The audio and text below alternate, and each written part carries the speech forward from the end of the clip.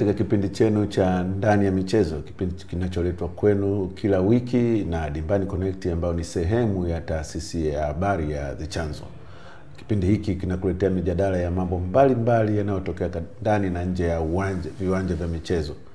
Na kukuletea kipindi hiki ni mimi Angetile Osia. Kama mnavyojua, sakata la mechi ya watani wa jadi baina ya Yanga na Simba bado halijatulia, na limekolea zaidi wiki tulioimaliza, kwa sababu mahakama ya kimataifa ya michezo CAS ilitoa uamuzi kuhusu rufaa iliyopelekwa na Yanga kupinga maamuzi ya kamati ya usimamizi na uendeshaji wa ligi ya kuahirisha mechi tofauti na kanuni zinavyoeleza. Pia ilikuwa inapinga viongozi wa TFF, inadai fidia na mambo mengi. Lakini CAS ikasema kwamba ili swala lifike kwetu ni lazima kwanza liwe limepitia katika vyombo vya maamuzi vya ndani ya nchi, ndipo liende kama rufaa kwenye kamati mahakama ya kimataifa ya michezo. Lakini pia wiki hii kamati ya usimamizi na uendeshaji wa ligi imetoa ratiba ambayo inaonyesha mechi ya watani wa jadi ambayo iliahirishwa Machi 8 sasa itafanyika Juni 15, kitu ambacho kimeibua tena mijadala mingine kwamba haiwezekani. Yanga wanasema hawatacheza na TFF wanasema watacheza. Sakata hilo ni kwamba lilitokea Machi 8 wakati Simba ilipotoa taarifa usiku wa manane kwamba haitaenda kucheza mechi yake na Yanga kwa sababu ilizuiwa kufanya mazoezi ya mwisho, mazoezi mepesi kwenye uwanja wa Benjamin Mkapa, ambao kikanuni timu ambayo anakuwa mgeni anatakiwa afanye mazoezi siku moja kabla na kwa wakati ule ule. Kwa hiyo ikasema haitacheza mechi hiyo mpaka hatua zitakapochukuliwa dhidi ya watu waliohusika kuwazuia kufanya mazoezi. Siku iliyofuata, maana Machi 8 asubuhi, kamati ya usimamizi na uendeshaji wa ligi ikasema hiyo mechi itaendelea kuchezwa, lakini saa 2 kabla ya muda kuanza kwa mchezo, kamati ikatoa taarifa kwamba hiyo mechi imeahirishwa. Yanga wakapinga, wakapeleka timu uwanjani, wakasema sasa sisi tumefuata kanuni, mechi imeahirishwa nje ya muda ambao unatakiwa kikanuni kwamba iahirishwe at least nje ya masaa 24. Lakini wakasema sasa hawatacheza tena mechi hiyo na wanataka wapewe pointi 3 kama kanuni zinavyosema kwamba timu ambayo haitafika uwanjani itapokonywa pointi 3, na wenyewe wakawa wanazidai hizo pointi 3. Nikawa ni moja ya madai yao CAS. Na leo hii tuko na mwanasheria aliyebobea katika sheria za michezo, Peter Mshikilwa, ambaye tumekuwa tunamtumia katika masuala ambayo yanahusu sheria. Kama utakuwa umemwona kwenye vyombo vingi vya habari akihojiwa kuhusu masuala mbalimbali ya kisheria. Yeye pia ni mtaalamu wa kodi, sio? Yeah. Mtaalamu wa kodi, lakini yuko sana kwenye michezo.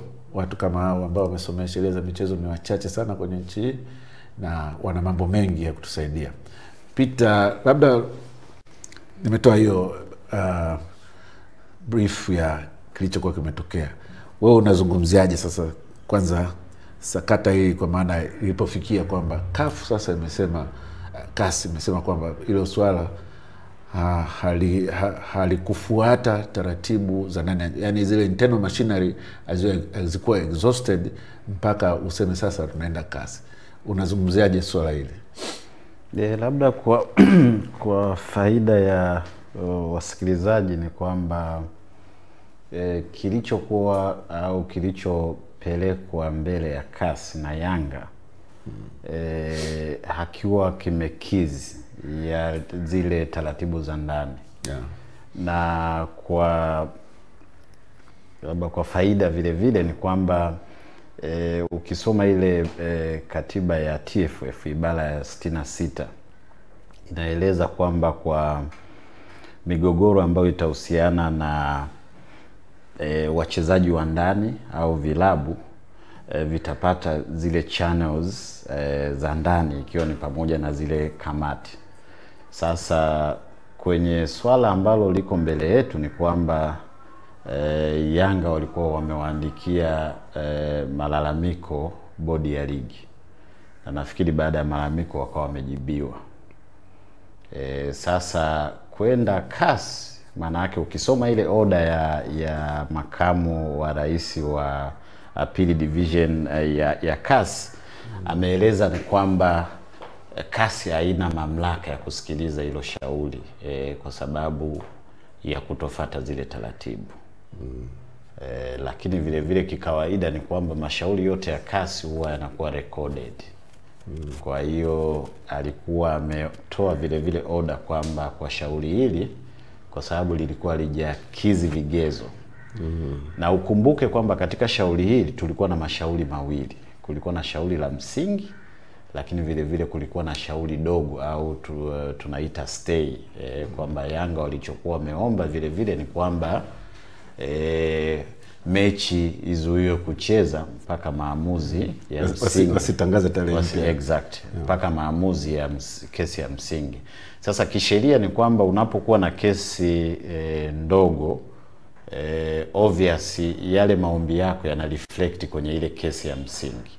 Sasa baada ya Appeal Division na chamber ya CAS kuona kabisa kwamba uzito wa swala lenyewe ni kwamba hauna nguvu ya kusikiliza kisheria, hiyo lack of jurisdiction, wakaona kabisa kwamba hakuna haja tena ya kuendelea kusikiliza kesi ya msingi. Kwa hiyo walitupilia mbali. Sasa labda kwa faida na kuwekana sawa, watu wengi wameliongelea CAS, imekuwa maarufu sana Tanzania. Labda tu kwa ufupi ni kwamba ieleweke kwamba CAS ilianzishwa mwaka 84 na ilianzishwa na International Olympic Committee.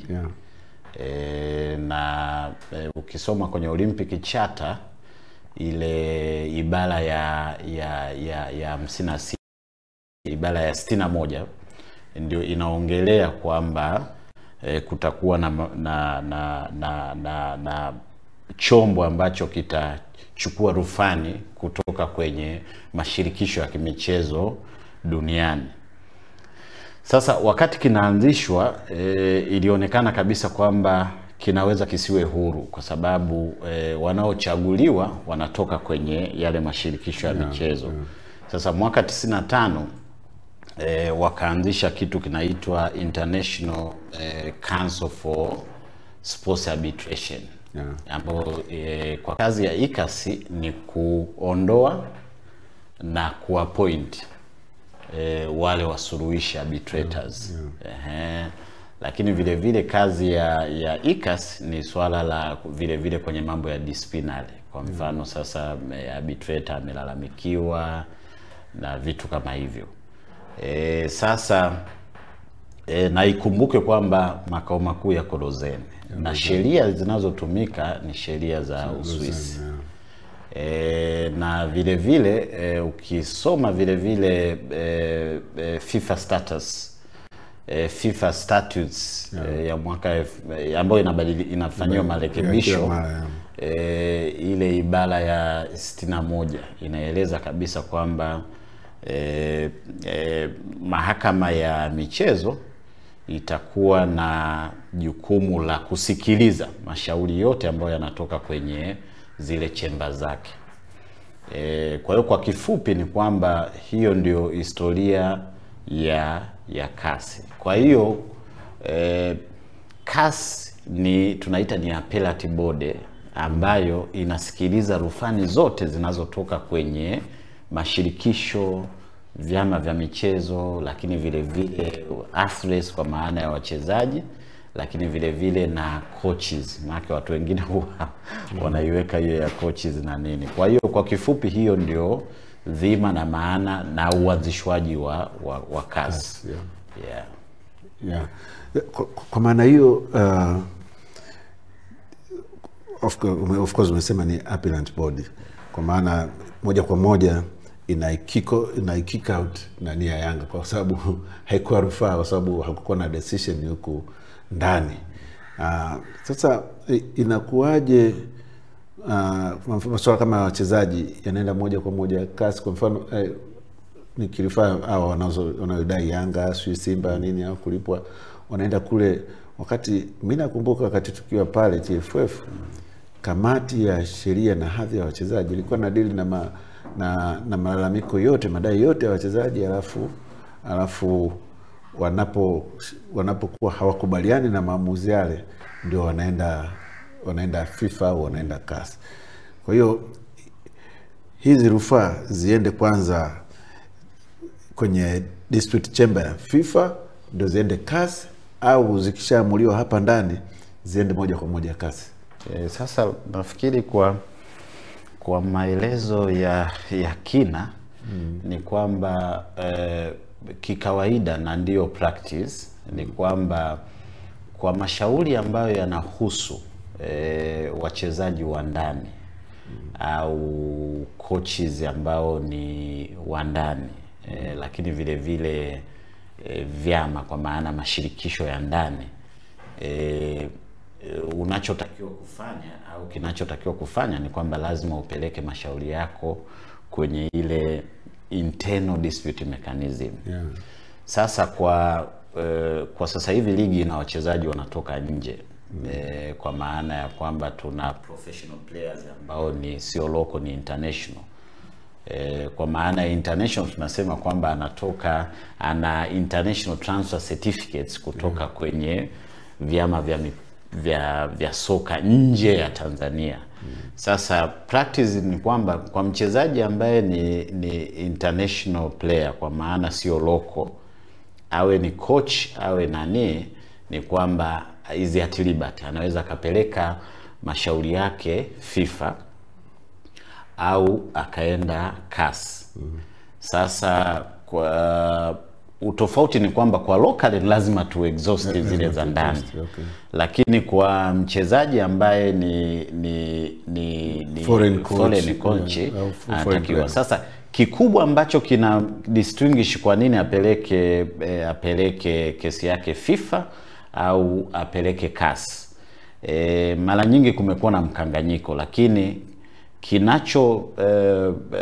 kinachopelekea kwamba apeleke kwenye FIFA chambers ni kwamba kwenye ile contract, kwenye ule mkataba wake, kwenye dispute clause ni lazima ispecify kwamba matters zitakuwa referred kwenye FIFA chambers kama arbitrators. Kwa hiyo kama haijasema kwamba the matter should be referred to FIFA chambers, manake huyo mtu anapoteza hiyo nafasi. Kwa hiyo the only avenue ambayo anayo ni kupeleka kwenye Court of Arbitration for Sports.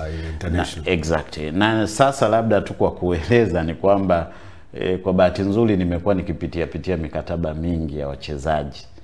Na moja ya vitu ninavyoviona, hata nakumbuka tulikuwa tuna discuss issue ya Faisal. Ukiangalia kwenye dispute resolution ina touch, haijatoa ile mandate kwamba baada ya hapa sasa atakwenda kwenye FIFA tribunals au FIFA chambers. Kwa hiyo ni dhima vile vile na wake up call kwa wachezaji, especially wa kwetu hapa, vile vile kuwa na uangalifu sana wanaposaini mikataba. Je, inapokuja kwenye migogoro inatatuliwaje? Kwa hiyo huo ndio tofauti wa jinsi gani mashauri yapelekwe moja kwa moja kwenye zile chambers za FIFA.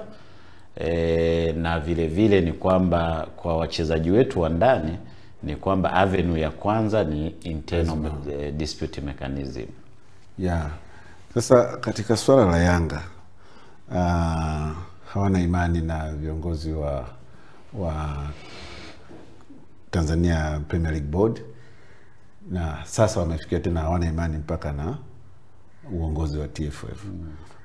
Na wakati ule tukio limetokea, walitegemea labda president akija, kwa sababu wanalalamikia viongozi wa bodi ya ligi, walitegemea kwamba president ataonekana neutral, Karia ataonekana neutral, lakini akaja kutoa statement ambazo zikaonyesha kwamba yani yeye ni upande ule ule. Lakini pia kanuni kama sikosei za ligi zinasema maamuzi ya kamati ya usimamizi na uendeshaji wa ligi ndio ya mwisho na ya katiwi rufaa. Huoni kwamba hapo ilikuwa wana haki ya kwenda kasi kwa sababu humu ndani tena wameshamaliza? Labda tuko experience yangu ya kasi. Mimi nafikiri kama ningekutana nao, moja ya ushauri wangu ambao ningewaeleza, wange exhaust hizo internal dispute mechanism. Na nafikiri walikuwa kwenye chance kubwa sana ya kuelezea haya ambao sasa hivi wanayalalamikia. Kwa sababu naamini kabisa tunachoangalia kwenye miongozo, lakini vile vile kwenye usuluhishi, one of the key point ni ile impartiality. Sasa na ukiwa unamuhisi au unahisia na vikathibitika dhahiri kwamba yule ambaye anafanya usuluhishi ni sehemu ya tatizo, mimi nafikiri hapo tungekuwa kwenye picha nzuri. Na bahati nzuri grounds zingeweza kuwepo nyingi kwa sababu najua kwamba kulikuwa na ile kamati ya masaa 72 ambayo ilisema inachunguza, ndio kamati ya usimamizi na uendeshaji wa ligi. Exactly. Kwa hiyo nilikuwa nategemea kwamba kama wange exhaust vizuri hizi internal dispute mechanism, wangekuwa na better chance na ground nzuri. Na mimi kwa kweli sina shaka na wasuluhishi walioko kasi. Kwa hiyo hivi ni vitu ambavyo vilitakiwa viangaliwe moja kwa moja kwa macho ya kisheria. Kwa hiyo nafikiri ni oversight. It is unfortunate kwamba hii nafikiri ni kesi ya pili, si ya tatu. Kwa hiyo naamini kabisa kama ni in terms of uzoefu, wamepata uzoefu kwa sababu kwanza legally na kiprocedure kwenye CAS code kuna zile taratibu ambazo lazima uzifulfill, including kusubmit hizo nyaraka zako. Kwa hiyo naamini kabisa in terms ya experience, sio kwamba wanasheria waliokwenda mbele hawana experience, lakini tu ndio hicho na sasa exactly hilo la kwanza. Lakini la pili nafikiri sasa ni swala zima la competence sasa, kwa maana ya kwamba na mara zote katika mahojiano yangu nimekuwa nikihoji au nikiwaeleza kwamba unapopeleka kesi CAS lazima uwe na maswali ambayo umejiuliza. Swali la kwanza, what do you want to achieve? Yani unataka kuachieve nini kwenye hiyo kesi? Lakini la pili ni kwamba ukumbuke kwenye usuluhishi wa CAS, it's not kama normal arbitration procedure, kwa mfano zingine za commercial arbitration. Kwa hiyo hata in terms of cost watu wengi wanachanganya, na nafikiri nimekuwa nikipata maswali kwamba inakueje, huyu anatolewa, huyu anafanyaje. Kwa hiyo utaratibu wa CAS uko tofauti sana na arbitration zingine. Kwa hiyo naamini kabisa kwamba ni oversight tu imefanyika, na kwamba wangeenda kwenye internal dispute mechanism za kwetu walikuwa na ground zote, kwa sababu najua kuna issues nyingi ambazo eza ni pending kwa maana deliberate, lakini vile vile unaona kabisa kwamba kutowajibika au impunity kwa upande wa bodi ya ligi. Kwa hiyo naamini kabisa kwamba kama wangefuata taratibu, na hizi sasa ndio ground, na nafikiri kisheria huwezi ukaacha zile hisia. Mimi niliamini kabisa kwamba unakwenda mahakamani, ndio maana tuna ngazi za rufani. Kwa hiyo naamini kabisa wangekuwa na better chance na good grounds kama wange exhaust hizo internal dispute mechanism. Sasa umesema hapa kwamba CAS hawajaziingiza hilo shauri lao kwenye records. Maana yake Yanga anaweza akaanza upya ama muda umeshapita? Sasa kuna swala la muda, kwa sababu kuna CAS procedure ambayo kuna CAS code procedure ambayo ina muda wake. Lakini nilivyosema kwamba kuliondoa, maana yake ni kwamba shauri hili kwa sababu alikufuata utaratibu, Kwa alitakiwi kuwa kabisa sehemu ya CAS roll. CAS roll maana yake ni kwamba ndio huku tunaita register, kwa CAS inaitwa roll. Sasa labda kwa sababu ya sasa hivi kuna maelezo ambayo yametoka ni kwamba wenyewe hawatapeleka tena huko. Kwa hiyo it is unfortunate kwamba hatujatengeneza precedent nzuri ambayo vile vile ingesaidia kesi zijazo, lakini vile vile ingecure baadhi ya mambo kwenye vilabu vyetu, lakini vile vile na chama cha mpira wenyewe TFF, lakini vile vile na bodi ya ligi. Kwa sababu naamini kwamba na hili nafikiri alisemwi, lakini unaona kabisa kwamba kuna shida kwenye pande zote, yani kwa wadau wote wa mpira, kwa maana bodi ya ligi, lakini TFF kama msimamizi na hivi vilabu. Kwa hiyo naamini kabisa tungekuwa na kesi, tungekuwa na precedent nzuri ambayo ingetusaidia. Sasa internal mechanism ni ipi sasa? Maana naiona kuna kamati ya usimamizi na waendeshaji wa ligi ambao ndio watendaji wakuu, lakini naona kuna disciplinary committee, naona kuna ethic committee, alafu naona kuna kamati ya rufaa. Sasa swala la Yanga ambalo ni basically ni la uendeshaji wa ligi, linachukua mkondo gani katika hizo kamati? Kwa sababu naona kama ile kamati ya rufaa inasikiliza issue za ethic na disciplinary. Sasa hili la makosa kama hayo ya uendeshaji linakwenda wapi, au na lenyewe linatafsiriwa kwamba ni disciplinary ama? Sasa ukisoma ile barua ambayo ilikwenda kwenye bodi ya ligi ya Yanga, ukiangalia center ya maudhui ya ile barua, zile allegations na nani zina follow kwenye disciplinary. Lakini vile vile kama unavyosema ni kwamba bado tuna shida, kwa sababu ukiangalia hata composition ya hizi kamati na jinsi zilivyotengenezwa, nafikiri tuna haja ya kuzipitia, kwa sababu it's a typical confusion, kwa maana huyu analalamikia uendeshwaji, lakini ndani kuna mambo ya ethics na disciplinary. Sasa ana follow wapi?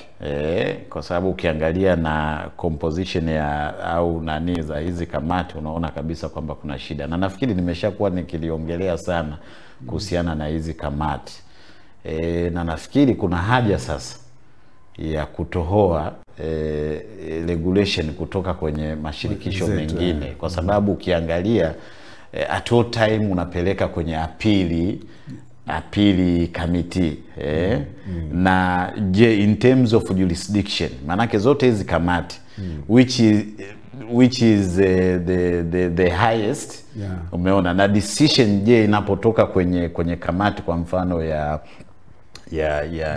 disciplinary, kwamba je mtu is at liberty kwenda kwenye appeal au amue kwenda, nafikiri hapo kuna shida, kuna confusion.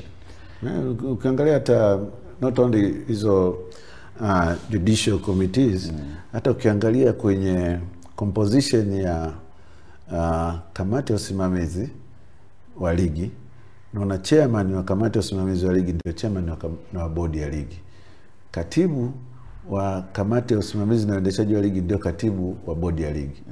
Kwa hiyo uwezo ukawashtaki kamati ya uendeshaji wa ligi ukawashtaki kwa bodi ya ligi, kwa sababu they are the same guys. Lakini sasa nani anayewajibisha kama bodi ya ligi? Kuna kamati ya uongozi ya bodi ya ligi, ambayo chairman ndio chairman wa bodi ya ligi, na katibu ndio katibu wa bodi ya ligi. Kwa hiyo unaona kwamba huwezi ukapeleka rufaa popote, kwa sababu they are the same guys. Same guys, top kwenye kamati ya uendeshaji, top kwenye bodi ya ligi, ndio top kwenye kamati ya uongozi, ambao sasa inaundwa na watu 8 au 7. As opposed to ile ya England. Ya England ukiangalia chairman wa bodi ya ligi kwanza zile sifa tu kwanza lazima ana experience ya corporate organization ameshaziongoza, na CEO naye anakuwa same nani, lakini wote hawatoki kwenye clubs. Lakini pia unaangalia unaona wajumbe wale, kuna wajumbe watatu ambao ni wanahitaji executive. Alafu na wale wengine. Kwa hiyo unaona kuna independence fulani, sio tu kwa maana ya kubelong kwenye klabu fulani, lakini hata independence ya ideas. Lakini sisi katika nani hii unaona kama Yanga walikuwa sahihi kwa sababu wanaona, au labda walishindwa kulitengeneza shauri lao kuonyesha hiyo kwamba bwana tungefanya hivi ingekuwa hivi na hivi na hivi. Mimi nafikiri ndio hilo ambalo nilikuwa nalielezea, na huko nyuma nimeshawahi kueleza kuhusiana na hizi kanuni, lakini vile vile na hizi composition za kamati. Na ni kweli it is unfortunate kwamba unawezaje kuwa na mtu ambaye ana belong kwenye kamati zaidi ya moja. Lakini vile vile unawezaje, kwa mfano Yanga moja ya tuhuma zao ni bodi ya ligi, lakini ukumbuke mwenyekiti wa hiyo bodi ya ligi yupo vile vile ndani ya kamati. Kwa hiyo it's a bit confusion na nafikiri ndio maana nasema, narudia pale Yanga kama wangekuwa wangetulia na macho mazuri ya kisheria na wakatengeneza kesi yao vizuri, kesi yao ingekuwa na mashiko mazuri sana kasi, na tungetengeneza precedent. Na mimi naamini kabisa kwa weledi walionao wasuluhishi wa Court of Arbitration for Sports, moja ya vitu ambavyo wangevitolea kabisa orders ni pamoja na kuja na utaratibu tofauti kabisa wa kamati za nani, lakini vile vile na hizo regulations ambazo tunazo nazo zingemulikwa katika macho ya kisheria. Kwa hiyo naona bado kuna shida, lakini vile vile kama tunavyosema kwamba they had a better chance, lakini ni kwamba ndio hivyo, wakati mwingine macho ya kisheria unaangalia upande mwingine na ushauri unatoka unajikuta umekwenda huko.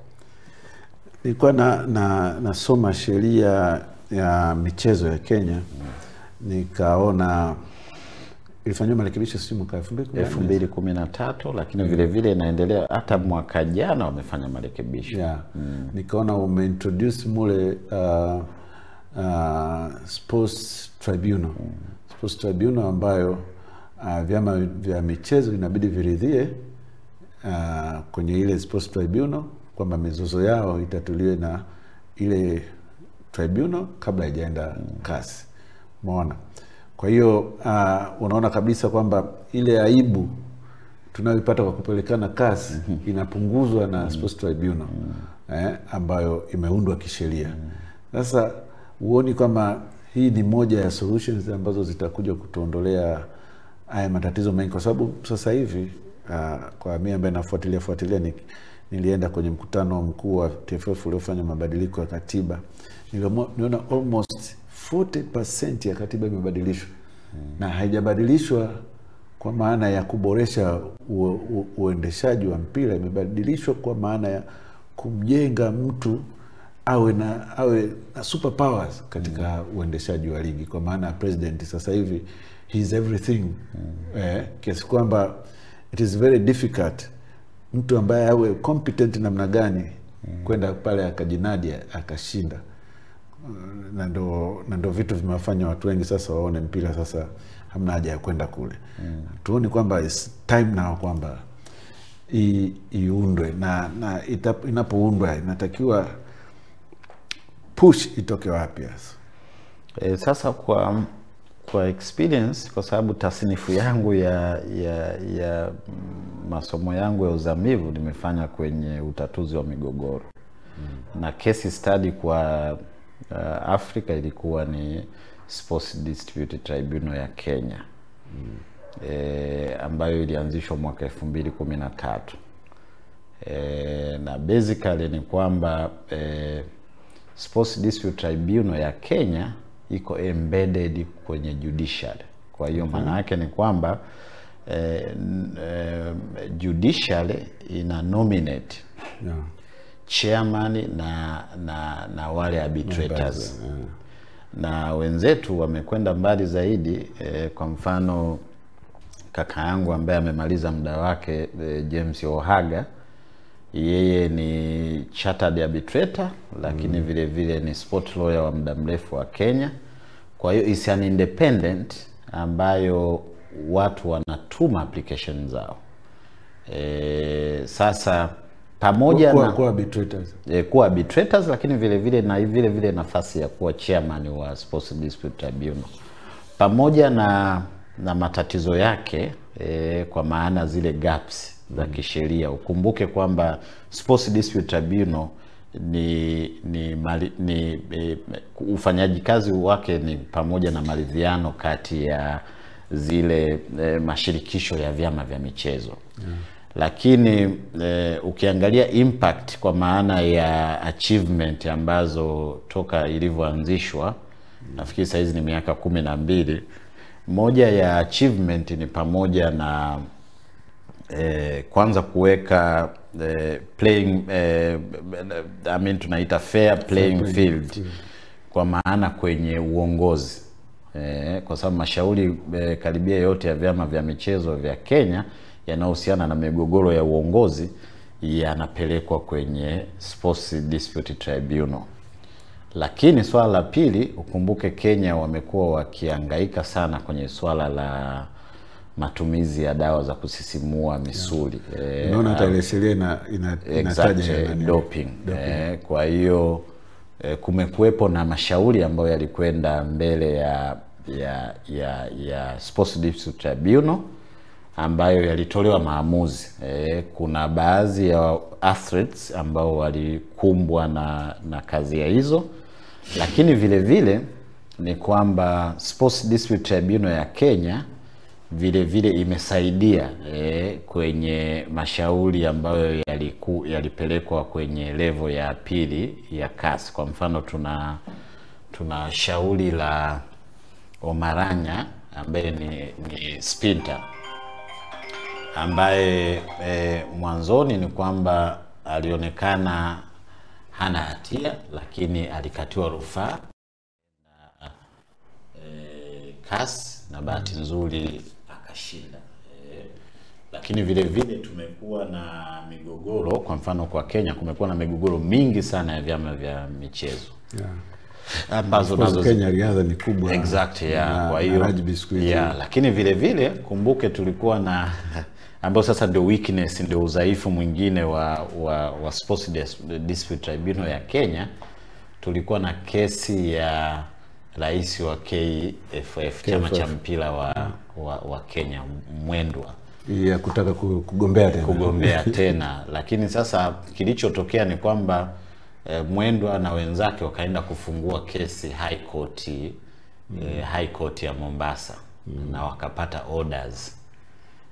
Sasa hiyo ndio sasa gap ambayo ipo kwamba je, tribunal vis-a-vis kwa sababu ni consent, ni maliziano kwamba a person is at liberty eza kutumia Sports Dispute Tribunal au kwenda kwenye mahakama za kawaida. Na tuliona ile saga ilivyokwenda mpaka baadaye FIFA wanakuja kufungia Kenya kushiriki mashindano ya kimataifa. Lakini kwa kifupi ni kwamba tunahitaji kuwa na Sports Dispute Tribunal ya Tanzania, and especially kwa mfano kwenye mambo ya ethics na disciplinary, ambayo naamini kabisa kama tungekuwa na tribunal, hata hivi vitu ambavyo tunavidiscuss sasa hivi vingenani. Na kwa faida tu, kwa mfano mwaka jana wenzetu wa Uganda mwaka 2023 wamefanya marekebisho ya sheria yao, kwa maana sio marekebisho, wameleta sheria mpya ya michezo. Ikumbuke kwamba sheria yao nayo ni kama ya kwetu ya mwaka 67 ambayo inafanywa marekebisho, na sera ya michezo ya mwaka 76. Sasa Uganda sera ilikuwa 85, nisema ilikuja baadaye ikaja 85. Lakini sasa wenzetu mwaka 2023 wamekuja sheria ya michezo. Kulikuwa na debate Kenya jinsi gani ya composition, kwa sababu imeweka swala la Sports Dispute Tribunal, lakini imeiweka kama ad hoc kwamba itaratibiwa tu. Hawana permanent Sports Dispute Tribunal, ingawa sheria imetaja, lakini inasema pale kutakapokuwa na migogoro. Kulikuwa na issue ya composition ya members wale wa Sports Dispute Tribunal ya Uganda, na moja ya argument ya wadau ilikuwa inasema kwamba kutakuwa na arbitrators au wasuluhishi, lakini wasuluhishi wale watatoka kutokana na vyama na mashirikisho ya michezo yaliyoko Uganda. Sasa kwa mfano tulikuwa tunaongelea swala la kamati. Unashtaki boxing federation ya Uganda, alafu ndani ya hiyo tribunal unakutana na CEO wa boxing federation ya Uganda. Kwa hiyo kulikuwa na hizo argument, na nafikiri serikali ilisema inazichukua, kwa hiyo wanafanya marekebisho au mabadiliko. Sasa nafikiri zima au msingi wenyewe, na ukumbuke hawa ndio wadau ambao tunaandaa nao AFCON. Lakini ujue kwamba sheria ya Uganda ni ya mwaka 2023. Sheria ya Kenya ni sheria ya mwaka 2013 ambayo inafanywa marekebisho kutokana na mahitaji. Sheria ya Tanzania ni ya mwaka 1967 ambayo inafanyiwa marekebisho. Sasa ukiangalia kwenye na huwa sio ndio marekebisho makubwa. Mabadiliko nafikiri kwa miaka miaka 10 sidhani kama kumekuwa hakuna mabadiliko yoyote. Nafikiri mabadiliko huwa ni kubadilisha lile unajua sheria zetu hizi huwa zinabadilika, zinakwenda kwenye zile sheria zetu za nchi. Hizo inaweza exactly ndio hayo mabadiliko, lakini kwa kweli bado iko hivyo. Sasa tunahitaji kuwa na Sports Dispute Tribunal kwa sababu naona kuna mbele ya safari kuna matatizo makubwa sana, na ukumbuke hii ni biashara. Ecosystem yake ambayo ina involve sponsors, ina involve wadau, ina involve broadcasters, lakini na end user. Sasa mtu anawezaje tu kuahirisha mechi? Kwa hiyo kuna vitu kama hivyo. Kwa mfano sasa hivi kuna mambo ya competition law na antitrust. Sasa ukiangalia athari kwa mfano za kuahirisha mechi vis-a-vis kamati tu imekaa ikaahirisha. Sasa ukiangalia hasara ambazo ni za mtu mmoja, lakini vile hasara kwa broadcasters, hasara vile kwa sponsors.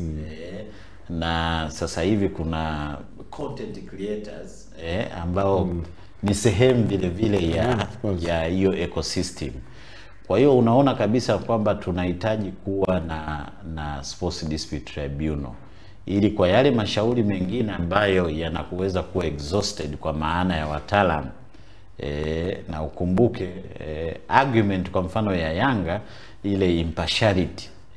Sasa hiyo impartiality unaipataje? Kwa sababu unakutana na mtu kwenye kikao cha kamati tendaji, alafu baadaye unakutana na mtu kwenye kamati.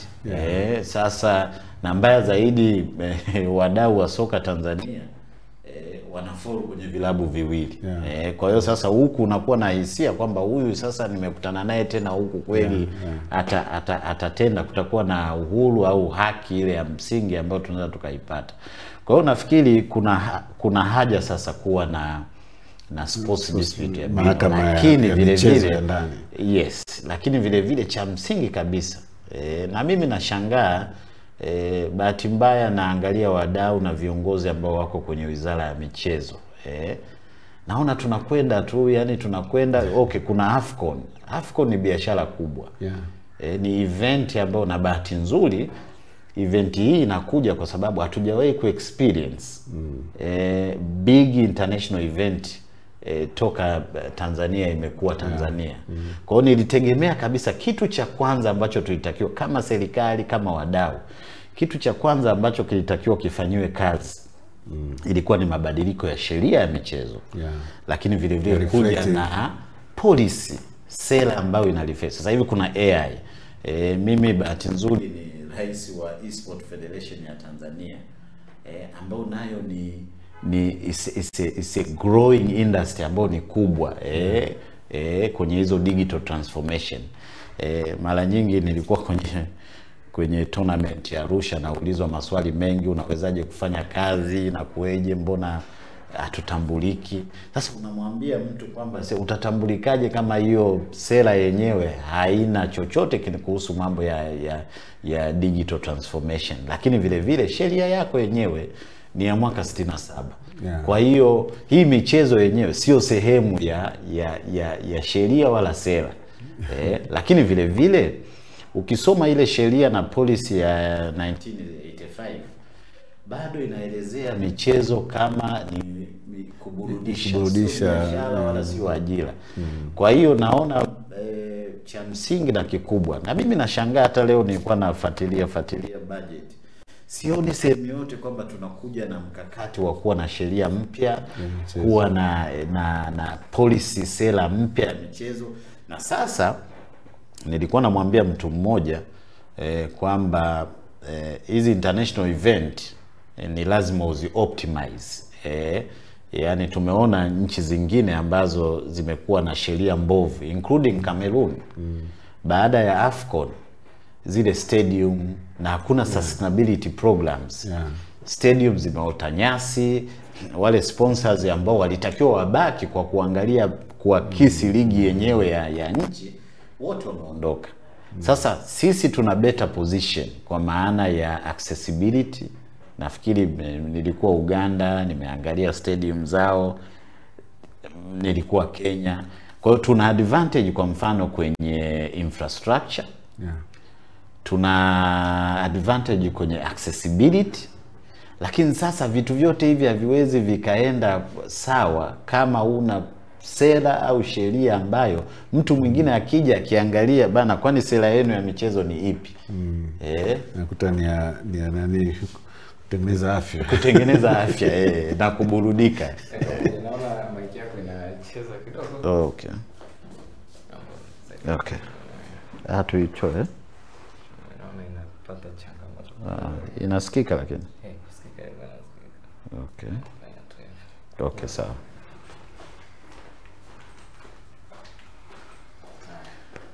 Tuendelee. Sera ni ya kujenga mwili. Kwa hiyo sasa unakuta sera ni kujenga mwili na kuburudisha. Na basically michezo ilikuwa ni kuburudisha viongozi. Sasa hivi michezo ni ajira na ni biashara.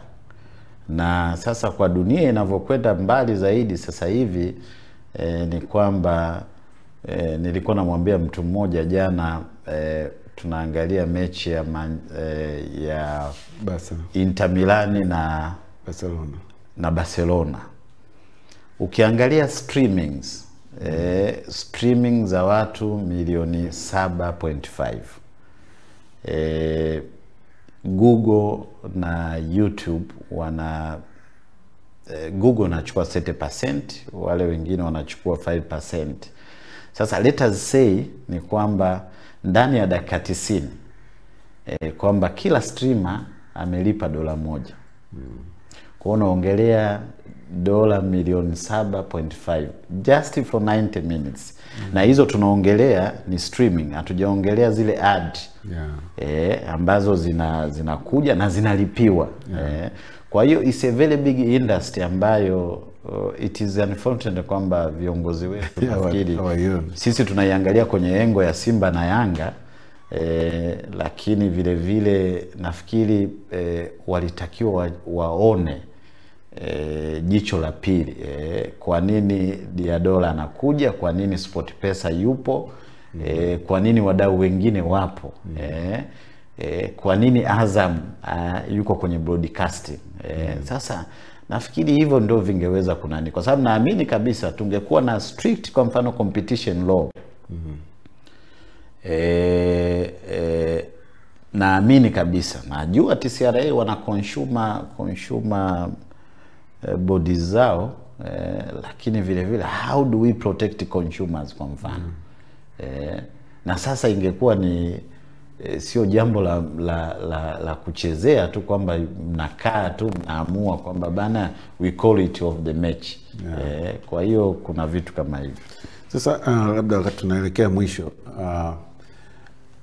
kwa experience yako East Africa umeivuruga kwa maana ya sports law, kwa maana ya mahakama ya michezo ya nchi, haujawa involved at any time kwa hapa Tanzania kwamba bana tuna kitu hiki na hiki na hiki, au unajua nini kuhusu labda nia ya kuanzisha hiyo sports tribunal, ama umekuwa involved ama anything?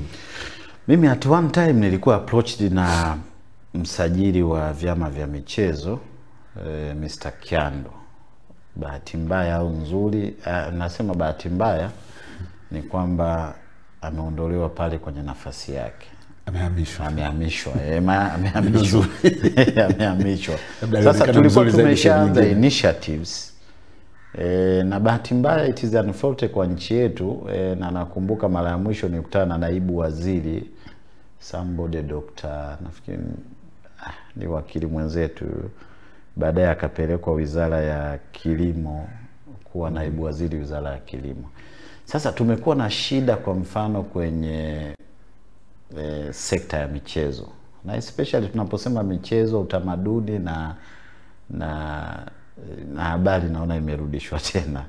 Lakini tumekuwa na shida, ukiangalia kwa mfano kwa miaka 5 tumekuwa na mawaziri nafikiri wasiozidi 4, makatibu wakuu nafikiri wasiozidi 5 ambao wamebadilishwa. Alikadhalika kwenye manaibu katibu wakuu. Kwa hiyo wakati mwingine kitu kinakuwa kinaanzishwa na waziri na unakuwa consulted kama mdau, kama mtaalamu, lakini baadaye kinaishia katikati. Kwa mfano utakupa tu mfano mmoja. Kwenye issue za doping na doping, matumizi ya dawa za kusisimua, tumekuwa na initiatives hizo, na bahati nzuri mimi nilivyofika hapa tukaanzisha taasisi hiyo. Lakini sasa kwa upande wa serikali ni kwamba leo unaongea na waziri huyu, baada ya siku 2 waziri huyo hayupo tena ofisini. Kwa hiyo anayekuja naye wakati mwingine, na bahati mbaya it is unfortunate kwamba mawaziri wanaokuja wakati mwingine anakuwa sasa yeye labda michezo ni upande mmoja, sehemu zingine za michezo hazifuatili wala sio sehemu yake kwenye utamaduni. Exactly. Kwa hiyo sasa ukianza kumuelewesha it takes your time. Kwa mfano kama sasa hivi si tumerectify tu UNESCO Convention kwenye doping na anti-doping, lakini hatujatengeneza sheria. Wenzetu Uganda, Kenya wana sheria zao. Sasa unaona kabisa kwamba kumekuwa na msukumo mdogo. Hata haya mabadiliko ni kwamba nilikuwa consulted, lakini sasa bahati mbaya watendaji wote wameondolewa wamehamishwa kwenye nafasi zao. Sasa nafikiri sijui mbele ya safari labda siku moja inaweza ikabadilika. Labda serikali inayokuja, baraza la mawaziri jingine, tukapata mtu ambaye anaweza kaona, kwa sababu nikiangalia sasa hivi ni kwamba tuna muda mfupi, lakini vile vile ni kwamba kama tuna nia thabiti na ile political will, bado tunaweza tukarudi chini tukatengeneza sheria, tukaja na sheria nzuri. Na bahati nzuri ni kwamba tuko kwenye position nzuri ya kuangalia hata sheria ambazo wenzetu kwa yale mapungufu ambayo yako kwenye sheria za wenzetu sisi tukayakava, na tukatoka na document ambayo ni bora na ikawa ni kioo cha michezo Afrika Mashariki. Sawa, nakushukuru sana Peter Mshikilwa kwa kushare knowledge yako kubwa kuhusu sports law. endelea kuangalia vipindi vingine vya Dimbani Connect, na mimi ni Angetile Osia. Karibu sana.